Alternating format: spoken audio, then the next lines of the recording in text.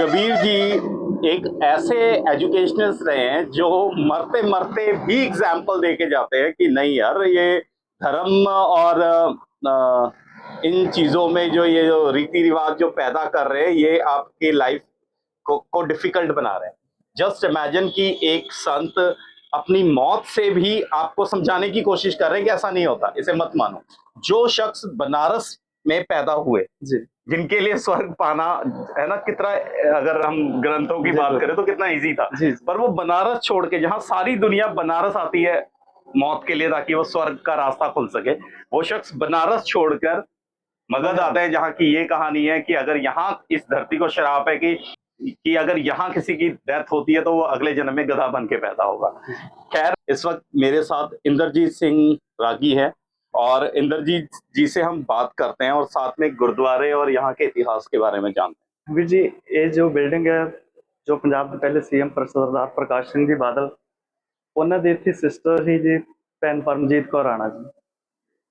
ਤੇ ਇੱਕ ਵਾਰੀ ਸਰਦਾਰ ਪ੍ਰਕਾਸ਼ ਸਿੰਘ ਬਾਦਲ ਜੀ ਇੱਥੇ ਆਏ ਮਗਹਰ। ਪਰਮਜੀਤ ਕੌਰ ਰਾਣਾ ਜੀ ਉਹਨਾਂ ਨੇ ਕਿਹਾ ਕਿ ਮੈਂ ਤੁਹਾਨੂੰ ਦਰਸ਼ਨ ਕਰਵਾ ਕੇ ਲਿਆਵਾਂ। ਆਪਾਂ ਵੀਰ ਜੀ ਦੇ ਇੱਥੇ ਜੋ ਇੱਕ ਮੱਠ ਆ ਔਰ ਮੁਸਲਮਾਨਾਂ ਦੀ ਮਸਜਿਦ, ਕਿਉਂਕਿ ਹਿੰਦੂਆਂ ਦਾ ਕਹਿਣਾ ਹੈ ਕਿ ਭਗਤ ਕਬੀਰ ਜੀ ਹਿੰਦੂ ਹੀ ਔਰ ਮੁਸਲਿਮ ਭਾਈਚਾਰੇ ਦਾ ਕਹਿਣਾ ਹੈ ਕਿ ਭਗਤ ਕਬੀਰ ਜੀ ਮੁਸਲਿਮ ਸੀ। ਇਸ ਕਰਕੇ ਦੋਵਾਂ ਦੇ ਵਿੱਚ ਆਪਸੀ ਮਤਭੇਦ ਵੀ ਨੇ ਇਸ ਗੱਲ ਨੂੰ ਲੈ ਕੇ। ਤੇ ਭੈਣ ਪਰਮਜੀਤ ਕੌਰ ਰਾਣਾ ਜੀ ਜੋ ਉਹਨਾਂ ਨੂੰ ਇੱਥੇ ਦਰਸ਼ਨ ਕਰਾਉਣ ਵਾਸਤੇ ਲੈ ਕੇ ਆਏ ਤੇ ਉਹਨਾਂ ਨੇ ਸਰਦਾਰ ਪ੍ਰਕਾਸ਼ ਸਿੰਘ ਬਾਦਲ ਜੀ ਨੂੰ ਕਿਹਾ ਕਿ ਇੱਥੇ ਗੁਰੂ ਗ੍ਰੰਥ ਸਾਹਿਬ ਜੀ ਦੇ ਵਿੱਚ ਭਗਤ ਕਬੀਰ ਜੀ ਦੀ ਵੀ ਬਹੁਤ ਬਾਣੀ ਦਰਜ ਆ ਤੇ ਅਗਰ ਇੱਥੇ ਹਿੰਦੂਆਂ ਨੇ ਵੀ ਉਹਨਾਂ ਦਾ ਮੱਠ ਬਣਾਇਆ ਔਰ ਮੁਸਲਿਮ ਭਾਈਚਾਰੇ ਨੇ ਵੀ ਉਹਨਾਂ ਨੇ ਆਪਣੀ ਮਸਜਿਦ ਬਣਾਈ ਹੈ ਤੇ ਕਿਉਂ ਨਾ, ਅਗਰ ਇੰਨੀ ਬਾਣੀ ਭਗਤ ਕਬੀਰ ਜੀ ਦੀ ਗੁਰੂ ਗ੍ਰੰਥ ਸਾਹਿਬ ਜੀ ਦੇ ਵਿੱਚ ਦਰਜ ਆ ਤੇ ਆਪਾਂ ਇੱਥੇ ਗੁਰਦੁਆਰਾ ਭਗਤ ਕਬੀਰ ਜੀ ਮਗਹਰ ਭਗਤ ਕਬੀਰ ਜੀ ਦੀ ਯਾਦ ਦੇ ਵਿੱਚ ਗੁਰਦੁਆਰਾ ਸਾਹਿਬ ਬਣਾਇਆ ਜਾ। ਇਹ ਭੈਣ ਪਰਮਜੀਤ ਕੌਰ ਜੀ ਦੀ ਰਾਣਾ ਨੇ ਬਾਦਲ ਸਾਹਿਬ ਜੀ ਨੂੰ ਕਹਿ ਕੇ ਆਪਣਾ ਦਰਬਾਰ ਸਾਹਿਬ ਸ਼੍ਰੋਮਣੀ ਕਮੇਟੀ ਦੇ ਨਾਲ ਅਟੈਚ ਹੋ ਕੇ ਤੇ ਫਿਰ ਸਾਰੀਆਂ ਸੰਗਤਾਂ ਦੇ ਸਹਿਯੋਗ ਦੇ ਨਾਲ ਇਸ ਗੁਰਦੁਆਰਾ ਸਾਹਿਬ ਦੀ ਇਮਾਰਤ ਦੀ ਸੇਵਾ ਜੋ ਕਰਵਾਈ। ਇੱਕ ਸਰ ਮੈਨੂੰ ਦੱਸ ਰਹੇ ਸੀਗੇ ਕਿ ਇੰਦਰਜੀਤ ਸਿੰਘ ਜੀ ਕਿ ਇੱਥੇ ਕੁਝ ਪਿੰਡ ਦੇ ਵਿੱਚ ਕਬੀਰ ਜੀ ਦਾ ਕੋਈ ਨਿਸ਼ਾਨ ਚਿੰਨ੍ਹ ਹੈ ਕਿ ਜੀ ਉਹਨਾਂ ਦੇ ਕੋਲ ਜੀ ਇੱਕ ਤੇ ਬੀਜਕ ਗ੍ਰੰਥ ਜੋ ਉਹਨਾਂ ਨੇ ਲਿਖਿਆ ਹੋਇਆ ਜੀ ਹੱਥੀਂ ਜੀ, ਤੇ ਇੱਕ ਉਹਨਾਂ ਦੇ ਕੋਲ ਉਹ ਵੀ ਮੌਜੂਦ ਹੈ ਜੀ ਜੋ ਆਪਣੇ ਹਿੰਦੂ ਭਾਈਚਾਰੇ ਦੇ ਕੋਲ। ਔਰ ਇੱਕ ਕਬੀਰ ਸਾਹਿਬ ਜੀ ਦੀ ਸਾਡੀ ਲੈਂਗੁਏਜ ਆਪਾਂ ਟੋਪੀ ਕਹਿ ਸਕਦੇ ਹਾਂ, ਸ਼ਾਇਦ ਉਹਨਾਂ ਦੇ ਪਤਾ ਨਹੀਂ ਕੀ ਕਹਿੰਦੇ ਹੁਣ, ਓਕੇ, ਉਹ ਵੀ ਉਹਨਾਂ ਦੇ ਕੋਲ ਉੱਥੇ ਮੌਜੂਦ ਹੈ ਜੀ। ਕੀ ਬਾਤ ਹੈ। ਉਹ ਦੇਖਣ ਚੱਲਦੇ ਆ ਕਿਉਂਕਿ ਇਹੋ ਜਿਹੀ ਚੀਜ਼ ਦੁਬਾਰਾ ਦੇਖਣ ਨੂੰ ਮੈਨੂੰ ਤਾਂ ਨਹੀਂ ਮਿਲੂਗੀ, ਇਸ ਕਰਕੇ ਮੈਂ ਇਹ ਮੌਕਾ ਗਵਾਉਣਾ ਨਹੀਂ ਚਾਹੁੰਦਾ। ਮੈਂ ਇਹਨਾਂ ਦੇ ਨਾਲ ਰਿਕੁਐਸਟ ਕੀਤੀ ਸੀਗੀ ਕਿ ਪਲੀਜ਼ ਮੈਨੂੰ ਪਿੰਡ ਤੱਕ ਲੈ ਕੇ ਜਾਣ ਤੇ ਉਹ ਚੀਜ਼ ਦਿਖਾਉਂਦੇ ਹਨ। ਤਾਂ ਵੀਡੀਓ ਮੈਂ ਇੱਥੇ ਪੌਜ਼ ਕਰ ਰਿਹਾ, ਅੱਗੇ ਚੱਲ ਕੇ ਆਪਾਂ ਉੱਥੇ ਔਨ ਕਰਦੇ ਹਾਂ। ਅਸੀਂ ਹੁਣ 3-4 ਕਿਲੋਮੀਟਰ ਪਿੰਡ ਦੇ ਵਿੱਚ ਜਾ ਰਹੇ ਹਾਂ ਜਿੱਥੇ कबीर जी के ऐतिहासिक वस्त्र शायद संभाल के रखे हुए हैं और उन्होंने अपना एक ग्रंथ है जो कि मैनू नाम नहीं पता फिलहाल, तो वो भी असी देखने जा रहे हैं। हाँ, मेरे सामने इंद्रजीत बाइक पे हैं तो उन्होंने एक फ्रेंड जिन्हें बैक पे बैठे ने।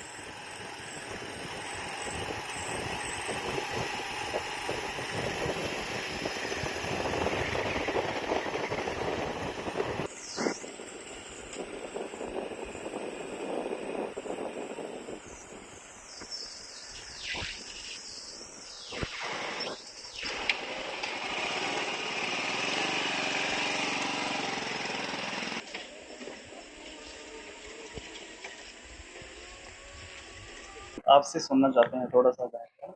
बता दें पंडित जी, क्या आप हमें यहाँ के कबीर महाराज जी का ये जो मंदिर है इसके बारे, इनके इतिहास के बारे में हमें कुछ बताएंगे प्लीज?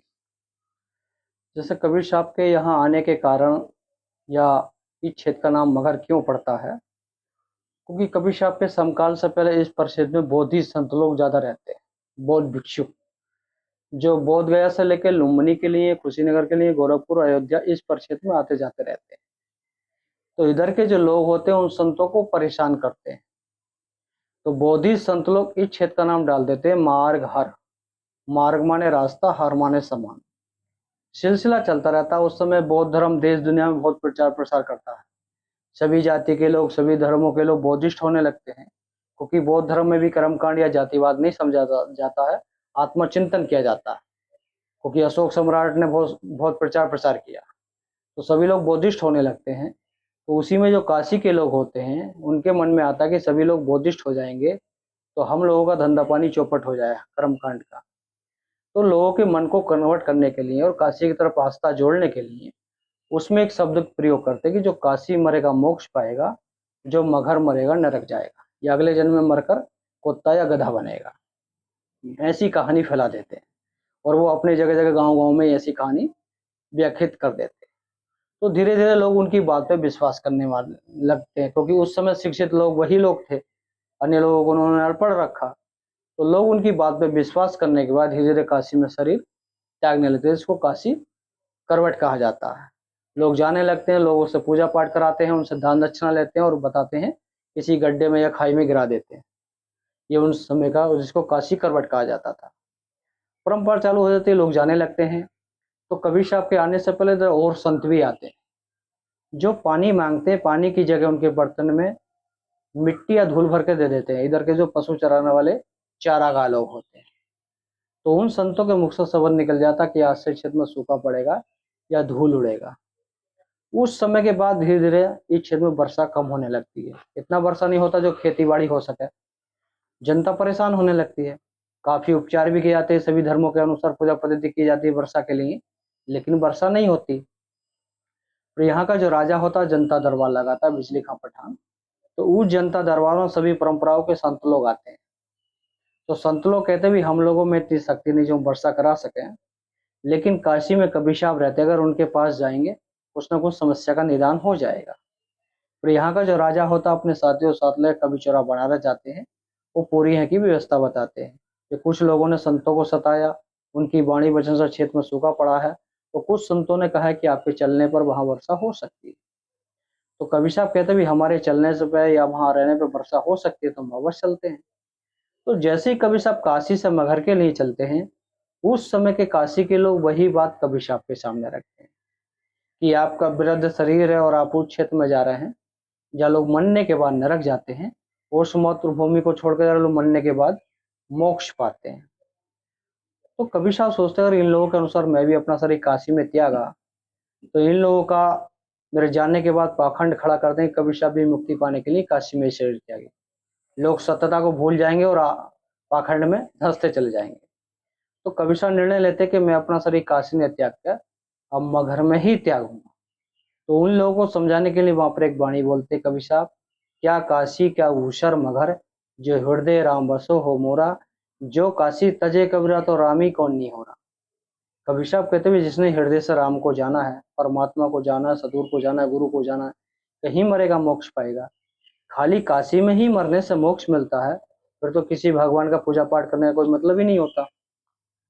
तो कबीर साहब उस पाखंड को खत्म करने के लिए जो 2000 साल से परंपरा चली आ रही थी, किसी भी महापुरुष की, भगवान की, अल्लाह की, गॉड की या जगत गुरु की या शंकराचार्य की, उस परंपरा को तोड़ने की हिम्मत नहीं हुई। तो कबीर साहब ने उस परंपरा को तोड़ने के लिए काशी छोड़कर मगहर आते हैं। तो सबसे पहले यहाँ से 2 किलोमीटर दूर कबीर धुनी है, वहीं पर कबीर साहब ठहरते हैं। इतिहास में फिर बताते कि वहां नानक साहब भी आते हैं, वो भी अपनी ज्ञान शक्ति से कुएं से पानी निकालते हैं, फिर भी समस्या हल नहीं होती। फिर कबीर साहब के पास ही जनता आती है, कबीर साहब अपने ध्यान में जाते हैं, अपनी ध्यान शक्ति के आधार से वर्षा कराते हैं। इतना वर्षा होता है जो नदी नाले सूखे रहते हैं या ये आमी नदी सूखा रहता, उस समय के बाद इस क्षेत्र में वर्षा प्रारंभ हो जाता है। तो जब से कबीर साहब इस आमी नदी को बहाए 508 साल से आज तक ही आमी नदी सूखा नहीं है। तो बताते जमीन के अंदर से इसका सिद्धार्थ नगर से आम की जड़ में से आज भी इसका पानी निकलता है। उसके बाद पांच संतों का वहां गोष्ठी भी होता है, कबीर साहब, नानक साहब, गोरखनाथ, केसरदास, संत रविदास। उसके बाद फिर कबीर साहब अपना इधर आते हैं, ऊंचा टीला देख के झोपड़ी बनाकर रहने लगते हैं। संत जन भक्तजन उनसे मिलने के लिए आते जाते रहते हैं। जब ज्यादा भीड़ होने लगती है तो पीछे कबीर गुफा है, या कबीर साहब बैठ कर अपना ध्यान करते हैं या एकांत में बैठते हैं। जब उनका जाने का समय होता तो पूर्ण तिथि बता देते हैं। जो ज्ञानी संत होते हैं या ज्ञानी भक्त होते हैं, उनको अपनी ज्ञान ऊर्जा से पता चल जाता है किस दिन मेरा शरीर छूटेगा। तो कबीर साहब भी अपनी पूर्ण तिथि बता देते हैं। तो उस तिथि पर बनारस के राजा बीर सिंह बघेल भी आ जाते हैं, इस क्षेत्र के राजा बिजली खां पठान भी आ जाते हैं, और अन्य संतजन भक्तजन भी उपस्थित होते हैं। तो कबीर साहब कहते भी जब तक झोपड़ी के अंदर से आवाज आता रहे, ये आप लोगों को लगे कि मैं जीवित हूँ, जब तक झोपड़ी नहीं खोल के देखना, जब आप लोगों को लगे कि मैं चला गया तो झोपड़ी खोलकर देख लेना। इतना कहने के बाद कबीर साहब अंदर चले जाते हैं, झोपड़ी बाहर से बंद करा दिया जाता है। जब तक लोगों को महसूस होता है कबीर साहब जीवित हैं, कोई विचार नहीं किया जाता, तो लोगों को लगता है कबीर साहब चले गए तो खोलने का विचार किया जाता है। तो खोलने से पहले ही दोनों धर्मों में उनके देह संस्कार को लेकर विवाद खड़ा होता है। हिंदू राजा कहते हैं हमारे गुरु थे, हम इनको समाधि देकर मंदिर बनाएंगे। मुस्लिम राजा कहते नहीं, हमारे पीर थे, हमारी परंपरा में इनका लालन पालन हुआ है, हम इनको दफना के मजार बनाएंगे। यही दोनों में टकराव चलता रहता है, कोई भी किसी की बात को सुनने के लिए तैयार नहीं होता। तो उसी बीच में दोनों में निर्णय होता भी ऐसा काम नहीं चलेगा, अभी युद्ध करेंगे, युद्ध में जो जीतेगा वही उनका संस्कार करने का अधिकारी रहेगा।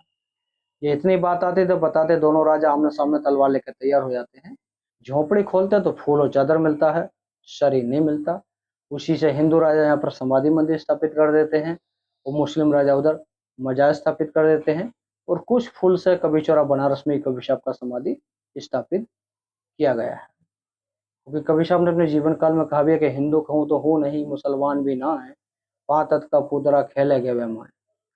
एक सवाल मेरे मन में आता है कि जी। क्या कबीर जी कपड़े या वस्त्र आदि चीजें संभाली हुई है, क्या ये इस बात सत्य है?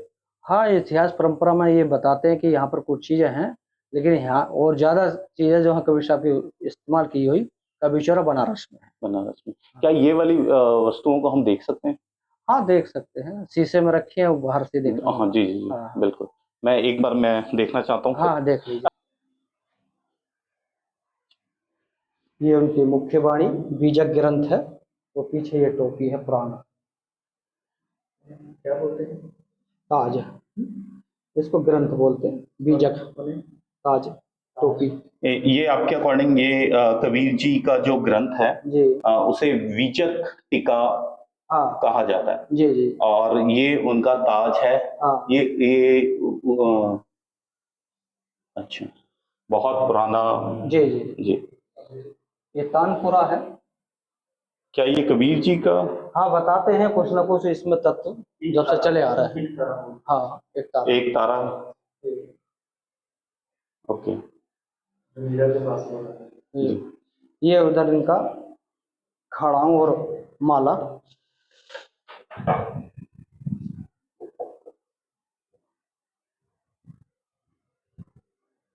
सवाल मेरे मन में और भी आता है कि कई बार हिस्ट्री में ये जिक्र आता है कि कबीर साहब से गुरु नानक देव जी की मुलाकात का जिक्र आता है, तो आप कुछ बता सकते हैं इसके बारे में, कुछ रोशनी डाल सकते जैसे कि इतिहास में जो आया, तीन जगह आया, एक तो यहाँ कबीर धुनी का, और दूसरा अमरकंटक का, और तीसरा जूनागढ़ का। क्या मुझे कबीर धुनी के बारे में आप कुछ बताना चाहेंगे? कबीर धुनी में जो लास्ट में जो 5 संतों का मिलन हुआ, तो वहीं पर इतिहास में आता है कबीर साहब, नानक साहब, गोरखनाथ, केसरदास, संत रविदास, वहाँ का 5 संतों का मिलन गोष्ठी हुआ। ओके। और दूसरा आपने कहा? दूसरा अमरकंटक में। ये कहाँ पर है? ये आपका छत्तीसगढ़ में पड़ेगा, जहाँ आज भी वहाँ सुबह के समय हल्की फुल्की दूध धारा निकलती है। ठीक है। और तीसरा हुआ जूनागढ़ में। जी। जूनागढ़ में जो बताते हैं कि इतिहास में कि वहाँ सभी संतों का सभा हुआ और वहाँ पर सभी का भंडारा चल रहा था। तो नानक साहब वहाँ सभी के पास एक तिल का दाना लेकर सभी के पास गए कि इसका भंडारा करना कैसे करूं। तो उनकी बात का आंसर कोई नहीं दे पाया। जब कबीर साहब के पास गए तो कबीर साहब ने उस तिल के दाने को लिया और घोट कर कहा इसको खीर में मिला दो, आपका भंडारा हो गया। तो वहाँ नानक साहब ने क्या कहा, तिल घोड़ा तारी लागे दिल दरिया के तीर, नानक की संशय मिटी सतगुरु मिले कबीर। कई जगहों पे ये जिक्र आता है कि कबीर जी असल में गुरु नानक देव जी के गुरु भी रहे हैं, तो हाँ, इस बारे में आपका क्या विचार? जैसे सब लोग को अपना जो इस वाणी के माध्यम से उन्होंने वहां पर कबीर साहब को अपना गुरु या बड़ा या सम्मान के ये शब्द का वहां पर प्रयोग किया जूनागढ़ में जी। जिसको वहां कहा दिल घोड़ा तारी लागे दिल दरिया के तीर, नानक की संशय मिटी सतगुरु मिले कबीर। क्या बात, बहुत बढ़िया। अब उन्होंने वहां अपने गुरु माना या उनको बड़ा माना, जैसे भी उनके भाव था तो उन्होंने संबोधित किया। बहुत खूबसूरत, बहुत खूबसूरत। ये सदगुरु कबीर साहब के समय का कुआं है, जो आज तो इसको जाली से ढक दिया गया है, जो बच्चा कोई किसी की दुर्घटना ना हो, लेकिन है उस समय का ही, उस समय का कुआं। हाँ, उसका उस समय बाद रिपेयरिंग उसका किया गया था, लेकिन उस समय तो ज्यादा। मंदिर के बिल्कुल पीछे पंडित जी हमें उन जगह पे लेके जा रहे हैं जिस जगह पे कबीर जी का गुफा था। पंडित जी क्या थोड़ी रोशनी डालेंगे कि असल में क्या है ये गुफा? जहाँ हम जा रहे हैं ये कबीर साहब का ध्यान स्थली, इसको ध्यान गुफा भी कहते हैं, जी। जहाँ पर एकांत में कबीर साहब अपना आत्मा चिंतन करते थे। ओके।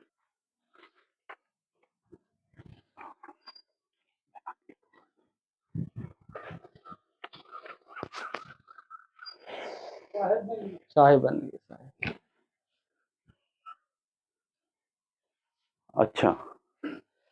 ये पुरानी रास्ता गुफा का यहाँ से था, लेकिन वो डैमेज होने के बाद उसको बंद कर दिया, लेकिन उधर डायरेक्ट जगह वही है, डायरेक्ट खोल दिया गया। साहिब बन गए साहिब।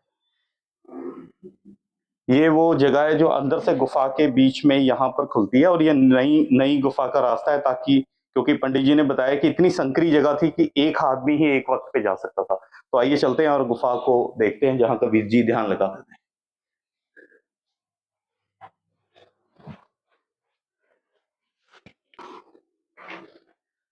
उस समय ये मिट्टी का था पूरा।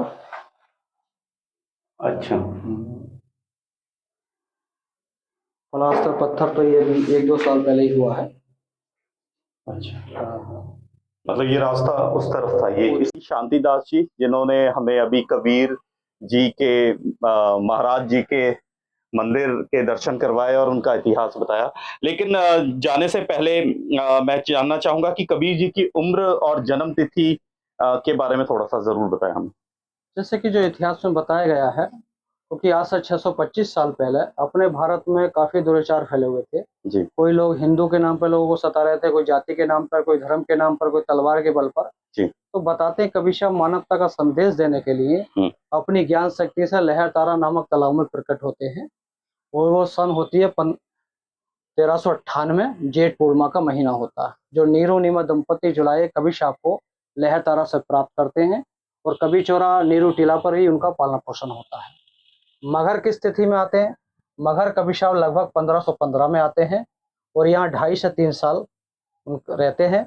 वो 1518 में माघ सुदी एकादशी को यहाँ से कबीर साहब अंतर ध्यान होते हैं। ओके। तो ये करीबन कितने सालों का? लगभग 120 साल। 120 साल। और ये भी हो सकता है कि 1515 के बीच और 1518 के बीच में गुरु नानक देव जी के साथ कबीर जी की पहली मुलाकात यही हुई। हाँ, धुनी पे हुआ। धुनी पे। हाँ। धुनी पे। बहुत बढ़िया, बहुत बढ़िया। पंडित जी क्या आप हमें मजान के हाँ। बारे में, जो कि मजान इसका जो हमारा कबीर जी का भव्य मंदिर है, उस मंदिर के बिल्कुल साथ में ही मजान है, जहाँ कहा जाता है कि कबीर जी ना हिंदू के थे ना मुसलमान के, वो तो इंसानियत के थे। तो पर हमें फिर भी एक जगह चाहिए होती है जहाँ एक भक्त आ सके, तो वो जगह हम आपको दिखाने जा रहे हैं। इस वक्त हमारे बीच जो है वो खादिम हुसैन अंसारी जी हैं, जो कि इस मजान के प्रबंधक है और देख रेख भी यही संभालते हैं, और ज्ञान अगर किसी भी शख्स को कबीर जी के बारे में चाहिए होता है तो वो भी प्रदान हमें यही करवाते हैं। तो आइए चलते हैं, इनसे बात करते हैं और जानते हैं इस मजान के इतिहास के बारे में। मजान कब बनी और किसने बनाई, थोड़ा सा? ये नवाब शुजा-उद-दौला ने बनाया है जी। 500 वर्ष पहले। आइए। हाँ प्लीज, आप चलिए, हम आपके पीछे आइए। पंडित जी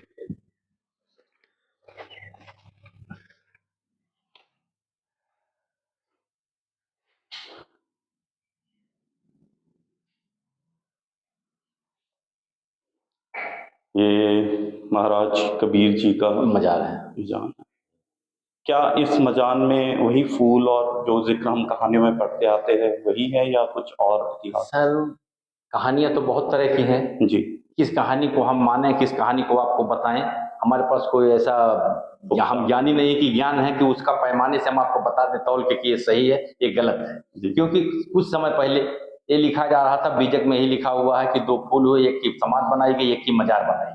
लेकिन कुछ समय पहले, आज के 4-5 साल पहले, ये हुआ कि मजार चादर की बनाई गई, फूल की समाध बना दी गई। वर्तमान में मंदिर के बोर्ड पे लिखा हुआ है कि अवशेष पुष्प और चादर से समाधि बना दी गई, मजार का नाम ही नहीं है। तो किस पैमाने से हम बताएं कि आपको ये सही है ये गलत है?